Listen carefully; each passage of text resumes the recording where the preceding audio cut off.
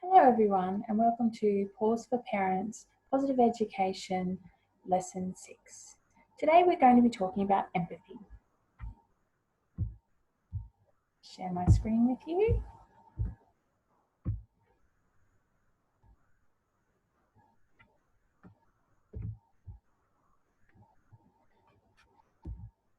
Empathy has two parts. The first one is shared emotion. When you feel the emotion that someone else is feeling, even though you haven't been in the same situation before. And number two is understanding others' perspectives. Understanding how someone else might feel in a situation. And even though you might think differently, you're going to put yourself in their shoes, which is a really challenging concept for all of us to understand, but particularly children. These are two posters that you may have seen in your children's classrooms. So the first one is just saying to the kids that empathy is that we see with eyes of another, we listen with ears of another, and we feel with the heart of another. So again, putting ourselves into how they are feeling and seeing the world. And then this is the other poster is the definition of empathy, the ability to understand and share the feelings of another. Put yourself in their shoes. Now I'm going to read you a story called You, Me and Empathy.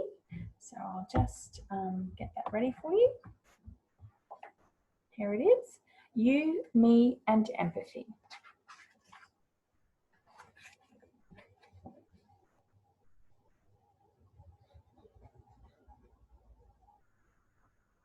When I was a baby, I really was small, when everyone else seemed incredibly tall.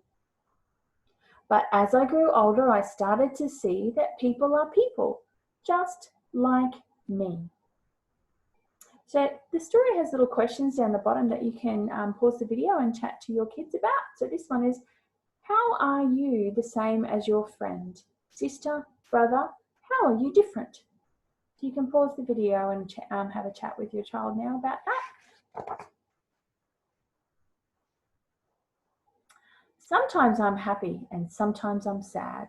Sometimes I'm worried and sometimes I'm mad. We all have feelings. You have them too. And sometimes I feel just exactly like you. And a question you can chat with your child about, what makes you happy? Sad, worried, or mad?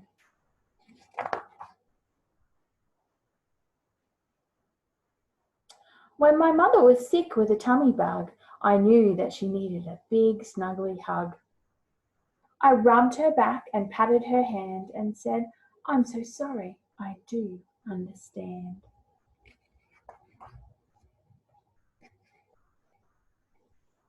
For once I was sick with a terrible flu. I sneezed and I spluttered, but what could I do? My mother said softly while patting my hand, my dearest of dears, I do understand. That's when she gave me a big snuggly hug, and I instantly knew I was humongously loved. My mother was kind and caring to me, exactly the same as how we should be. Another question for you. Who helps you when you're sick? How do they make you feel?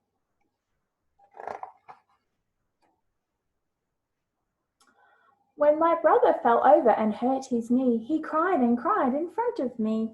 I helped him up and said, there, there, and sat him down on the kitchen chair.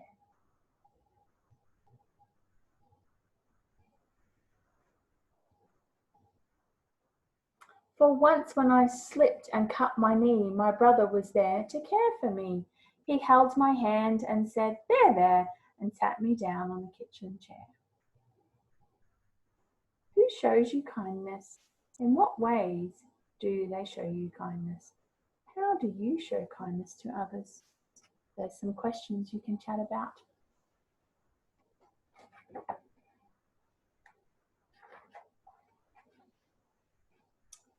One day in the park, a girl was pushed over, knocked to the ground by a dog called Rover. I knew his name because, you see, Rover the dog had done the same thing to me.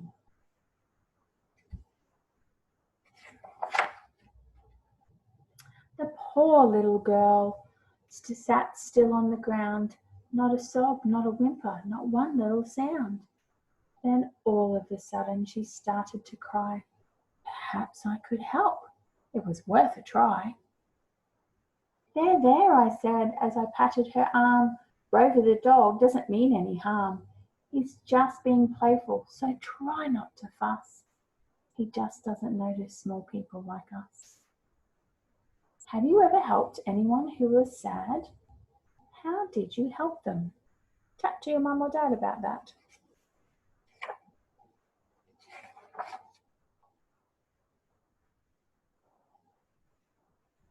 One day at school while having fun, I saw a boy alone in the sun. No one came over and said, let's play. I could see he was sad. He was not okay. So I left my friends and over I ran, and I asked if he'd like to play in the sand. His smile was huge, enormous and wide. It gave me a warm, fuzzy feeling inside.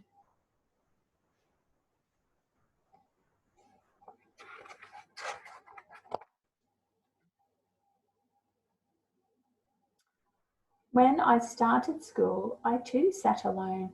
I had no one to play with. I longed to go home. Then a girl called Abby ran over to me and asked to play near the old oak tree. We gathered some acorns for finger hats,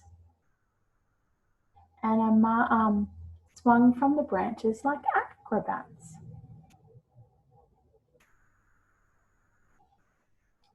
We played for ages, and from that day, friends forever, we would say.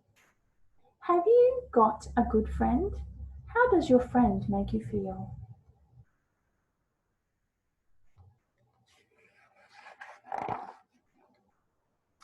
Yesterday, at the big green slide, I saw a child run away and hide.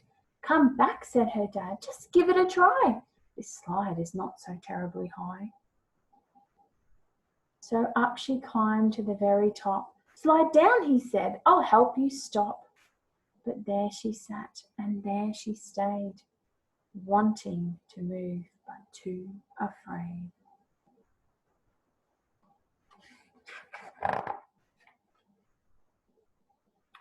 I knew just how this girl was feeling, worried and scared. Her head was reeling. For when I was little, I sat at the top, terrified that I wouldn't stop. You can do this, is what I said. You're braver than you think. It's all in your head. The more and more brave things you do, the easier it becomes for you.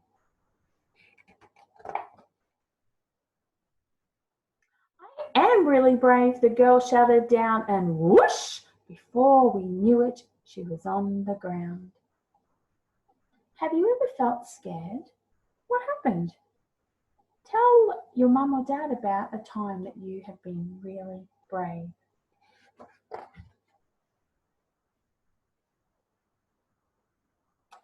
There's one more story I'd like to share about a bully who never played fair. He pushed children over, was mean and unkind. He made us feel sad so deep down inside.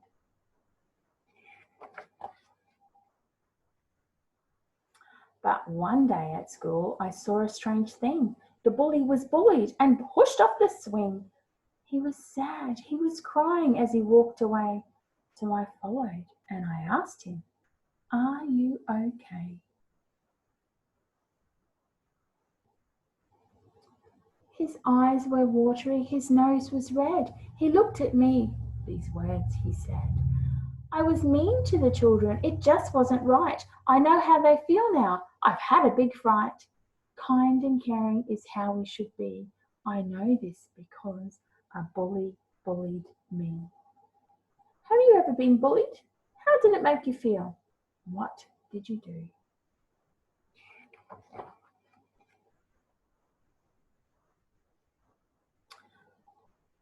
So, as I'm growing taller each day, I'm learning so much in so many ways. I'm learning that we should try to be kind, helpful and caring all of the time. Our world is so special, we all need to care about one another and the earth we share. People together from far and wide. We're all on this planet. We're all on the same side.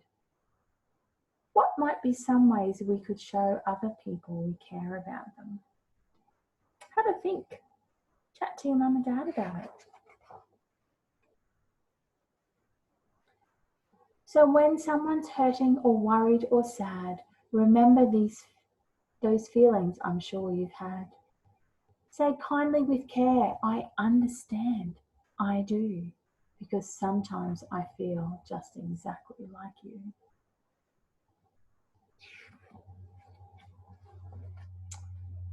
And that was a brilliant story written by Janine Saunders and illustrated by Sophia Cardoso. I hope you enjoyed it.